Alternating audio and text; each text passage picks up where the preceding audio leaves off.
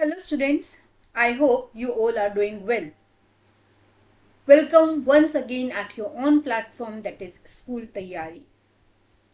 So see students, अभी तक हमने डिस्कस जो किया that was about biological classification. If you remember, हमने वहाँ क्या डिस्कस किया था बच्चों बताओ. बेसिकली हमने डिस्कस किया था मैप ऑफ प्लेसेस को, है ना, कि भाई 5 किंगडम है हमारे पास, है ना, कितने 5 किंगडम है हमारे पास. तो वो 5 किंगडम कौन से थे बेटा? फर्स्ट था आपका मोनेरा, जिसको हमने ब्रीफ लेवल पे डिस्कस कर लिया है ना, कि यू बैक्टीरिया, आर के बैक्टीरिया एंड ऑल दैट हमने सब वो डिस्कस किया है. देन सेकेंड लेवल था हमारा प्रोटिस्टा, हमने ये भी डिस्कस किया बायोलॉजिकल क्लासिफिकेशन में. Then third one was fungi, ये भी हम डिस्कस कर चुके हैं. सो बेसिकली इन तीनों को हमने बायोलॉजिकल क्लासिफिकेशन चैप्टर में प्रॉपर अच्छे से एक एक कैरेक्टर की भाई वो कैसा है, कहाँ रहता है ना, हैबिटेट कैसा है, आउटर अपीयरेंस कैसे, ये सब हमने डिस्कस किया. अब जो हम पढ़ेंगे इन प्लांट किंगडम, जैसे कि आप देख सकते हैं नेक्स्ट चैप्टर जो आपका जस्ट आफ्टर बायोलॉजिकल क्लासिफिकेशन आपका थर्ड चैप्टर होगा प्लांटिया किंगडम. तो बेसिकली हम यहाँ पर आपके fourth kingdom that means plants के बारे में पढ़ने वाले हैं.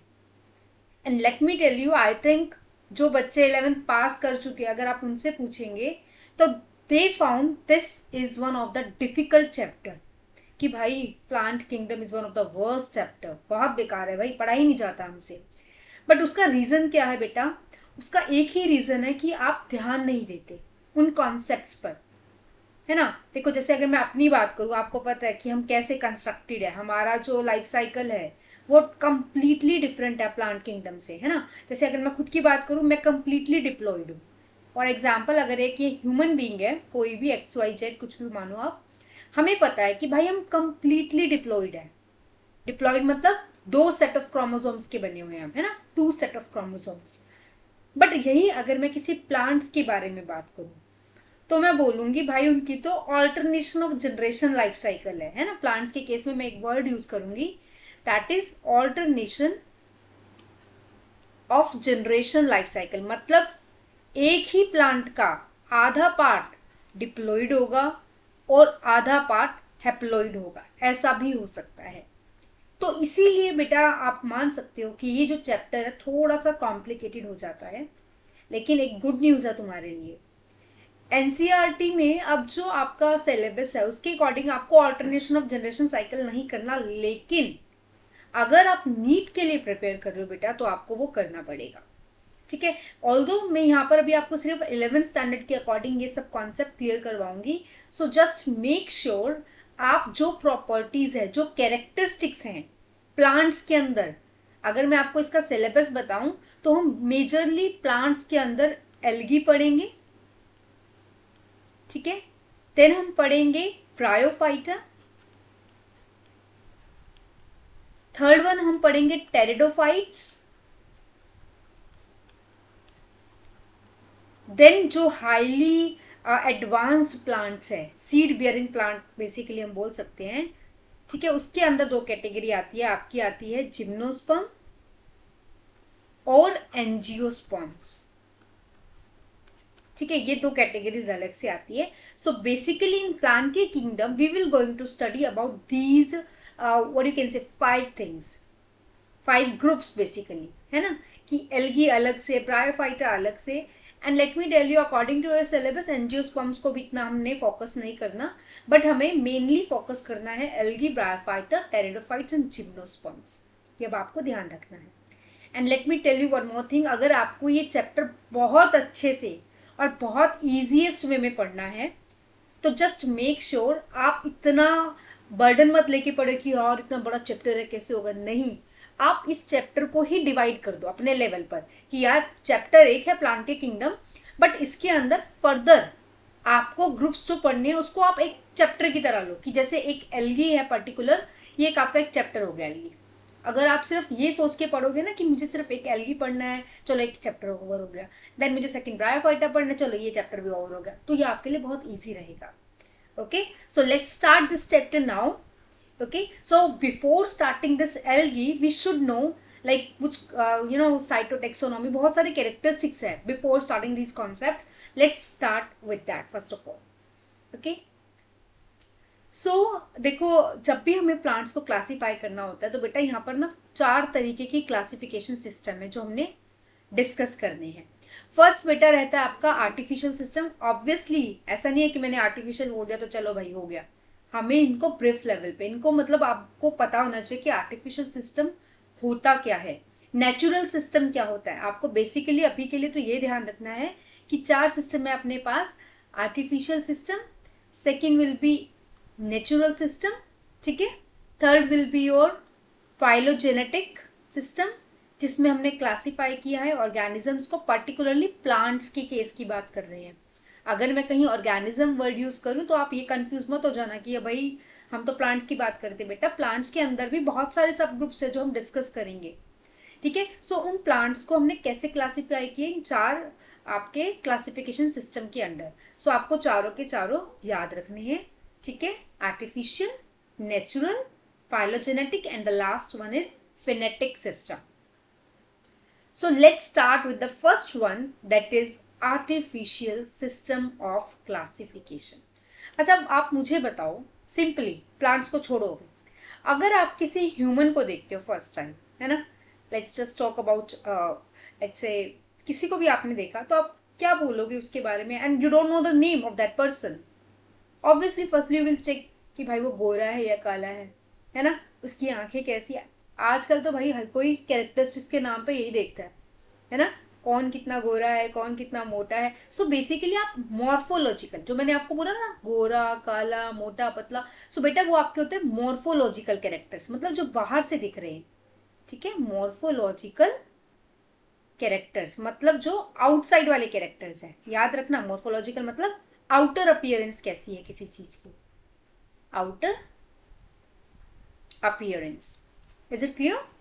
ठीक है. सो आप बोल सकते हो सुपरफिशियल, बेसिकली आप ये चीज बोल सकते हो.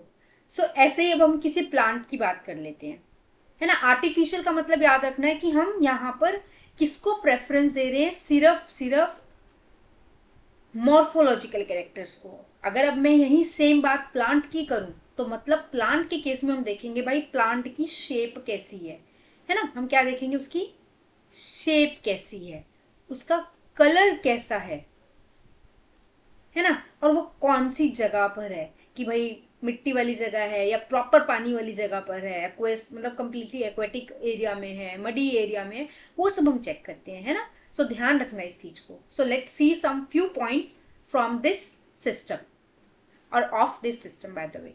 सो द अर्लीस्ट सिस्टम, ये भी आपको याद रखना है, जो सबसे पहले पुराने टाइम में तारक मेहता के उल्टा चश्मा में देखा होगा आपने, वो बोलते थे, कौन थे वो, भिड़े, वो बोलते थे ना लाइक हमारे ज़माने में तो ऐसा होता था, तो वहाँ पर आपको ये कॉन्सेप्ट लागू करना है. सो आर्टिफिशियल सिस्टम बेटा अर्लीस्ट टाइम में है. आज के टाइम में हम आर्टिफिशियल सिस्टम से भी ज़्यादा ब्रॉड आप बोलो कि कॉन्सेप्ट्स आ चुके हैं जिसके बेस पे हम क्लासीफाई करते हैं ना. जैसे फ़ोन का आपको पता है अपडेटेड वर्जन आता रहता है, पहले आईफोन 15, अब 16 और अभी पता नहीं क्या क्या आने वाला है, ठीक है. सो अर्लीस्ट सिस्टम आपका आर्टिफिशियल सिस्टम था, वो आपको याद रखना है.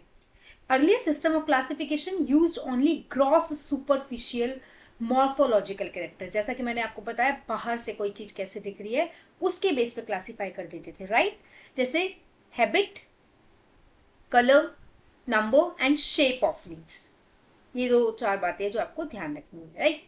Then they were based mainly on vegetative characters और ऑन द एंड्रोशियम स्ट्रक्चर्स, ठीक है भाई. स्ट्रक्चर कैसा है, एंड्रोशियम मतलब मेल रिप्रोडक्टिव पार्ट की बात कर रहे हैं यहाँ पर, है ना. सो उसका स्ट्रक्चर कैसा है उसके बेस पे. And always remember whenever we are talking about the classification, majorly binomial और biological classification, so always remember that was given by Linnaeus, ठीक है, कैरोलस लीनियस.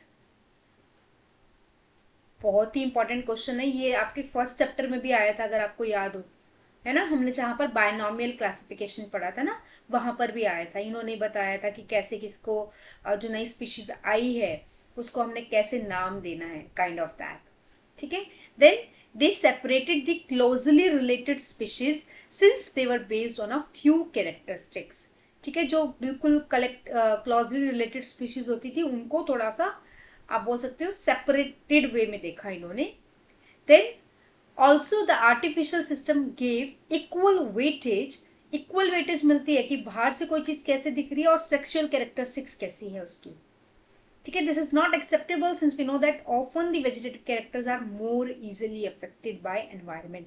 आपको पता है कि हमें इन कैरेक्टर्स को इक्वल ही वेटेज नहीं देनी चाहिए क्योंकि वेजिटेटिव कैरेक्टर्स पर तो एनवायरमेंट का फर्क पड़ता है. ठीक है, जबकि आर्टिफिशियल सिस्टम में इस चीज की तरफ ध्यान नहीं दिया गया था. समझ रहे हो? देखो, एक चीज में कोई कमी होती है ना तभी सेकंड चीज आती है. अगर उसमें कमी ना हो तो सेकंड अपडेशन की आने की जरूरत ही नहीं है ना. है ना? जैसे आईफोन 14 15 जो भी लगाओ था उसमें कोई ना कोई ऐसी चीज रह गई होगी जो नेक्स्ट उसके अपडेटेड वर्जन में आई. In a same way artificial system में कुछ खामियां थी जिसकी वजह से हमें दूसरे सिस्टम्स की तरफ मूव करना पड़ा. Right? So second system is your natural classification system. अब देखो, हमने अगर मैं बात करूं आर्टिफिशियल की तो आर्टिफिशियल में हमने सिर्फ मॉर्फोलॉजिकल कैरेक्टर को देखा है ना. शॉर्ट फॉर्म में लिख रही हूँ, एम मतलब मॉर्फोलॉजिकल, एम आर्टिफिशियल मॉर्फोलॉजिकल. लेकिन बेटा नेचुरल में हमने सिर्फ मॉर्फोलॉजिकल को ना देखकर हमने इंटरनल कैरेक्टर्स की तरफ भी ध्यान दिया कि भाई इंटरनली कोई कैसा है, उसका एनाटॉमी कैसा है, उसका एम्ब्रियोलॉजी कैसा है ना. उसकी एम्ब्रियो को स्टडी किया, उसके जो केमिकल्स है, फाइटोकेमिस्ट्री, फाइटो मतलब प्लांट. हमेशा याद रखना जहां पर भी वर्ड फाइट यूज हो, फाइट का मतलब लड़ाई धड़ाई नहीं है ना, पीटना मारना नहीं है. फाइट का मतलब है यहाँ पे प्लांट से. सो अगर मैं बोलूँ फाइटो हार्मोन तो मतलब प्लांट हार्मोन्स की बात कर रही हूँ. राइट? अगर मैं कुछ और बोलती हूँ फाइट से related, for example if I से स्पोरोफाइट, स्पोरोफाइट, तो बेटा फाइट मतलब प्लांट एंड स्पोर मतलब स्पोर, स्पोरो मतलब स्पोर. सो स्पोर प्रोड्यूसिंग प्लांट को हम बोलेंगे स्पोरोफाइट. ऐसे एक टर्म यूज होती है बेटा गैमेटोफाइट. तो अगेन फाइट मतलब प्लांट एंड गैमेटो मतलब गैमेट्स. सो गैमेट प्रोड्यूसिंग प्लांट. ठीक है, ये टर्म्स है जो आपको याद रखनी है बेटा, क्योंकि जो स्पोरोफाइट है ना बड़ी बहुत ही कॉमन वर्ड है. जब हम डिस्कस करेंगे एल्गी प्लांट्स जो भी हम लाइक लेटर ऑन स्टडी करने वाले उन सब में ये आपको देखने को मिलेगा. तो please just make sure you have to do that. ठीक है, so such a classification of flowering plants. Okay, first of all just let's see कि इसमें हम क्या क्या इंक्लूड करते हैं. So let me highlight that just. So based on natural affinities among the organisms and consider not only the external features, हमेशा याद रखना सिर्फ एक्सटर्नल नहीं लेते बल्कि हम इसमें इंटरनल फीचर्स भी ले रहे हैं. जैसे कि अल्ट्रा लेवल पे देखेंगे कि भाई इसका अंदर का स्ट्रक्चर कैसा है, एनाटॉमी कैसी है, एम्ब्रियोलॉजी कैसी है, फाइटोकेमिस्ट्री कैसी है, कौन से हार्मोन्स, कैसी उसका केमिस्ट्री, कैसे केमिकल मेकअप है, वो सब चेक करेंगे इसमें. Such a classification for flowering plants was given by George Bentham and Joseph Dalton Hooker. ठीक है, ये आपको नाम याद रखना पड़ेंगे साइंटिस्ट का. देखो भाई, कभी भी कुछ पढ़ते हो ना तो उसका पता होना चाहिए भाई किसने दी है, क्यों दिया, पढ़ने की रिक्वायरमेंट क्या है. अगर ऐसा करके चलोगे तो तुम्हारे लिए बहुत प्लस पॉइंट रहेगा वो. Right? Let's come to the third classification system that was phylogenetic. देखो वैसे देखा जाए ना तीन ही मेन क्लासिफिकेशन सिस्टम होते हैं आपके. आर्टिफिशियल, ठीक है, जिसमें हमने सिर्फ बाहर बाहर देखा कि कैसा है, चलो भाई नामकरण कर दिया, उसको किसी ग्रुप में डाल दिया. सेकेंड इज नेचुरल, जिसमें हमने क्या देखा कि भाई बाहर से और अंदर से, है ना, इंटरनल और एक्सटर्नल दोनों देखा कि भाई कैसा है और हमने उसको किसी फर्दर ग्रुप में डाल दिया. राइट? बट जो थर्ड है बेटा फाइलोजेनेटिक क्लासिफिकेशन, इसमें हमें क्या देखना है, हमने इसमें रिश्ते बनाने हैं. रिश्ते इन अ सेंस कि इनका पिछले जो एवोल्यूशनरी बेस पे अगर हम बोले जो चेंजेस आ रहे हैं ना जनरेशन आफ्टर जनरेशन, उसके बेस पे हमने क्लासिफाई करना है ना.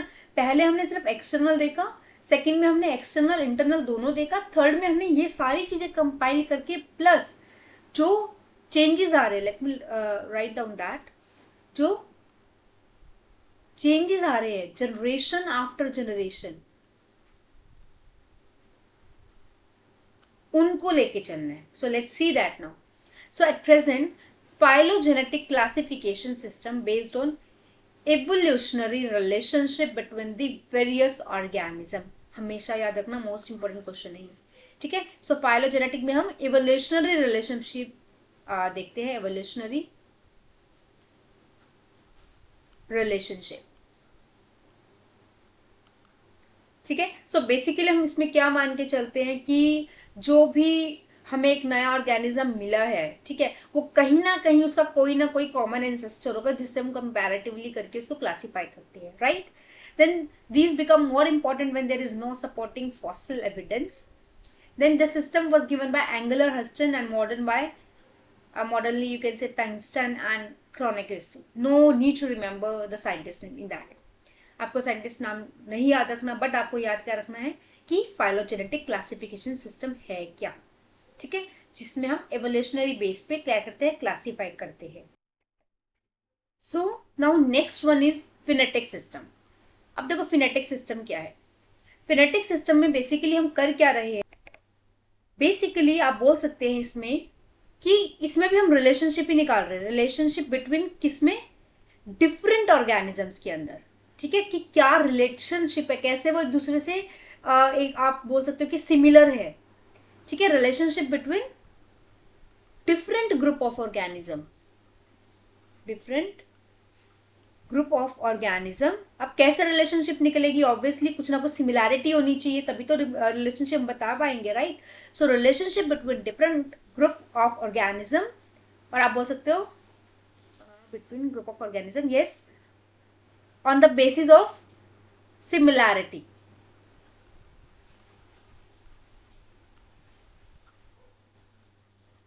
ठीक है, सिमिलैरिटी के बेसिस पे।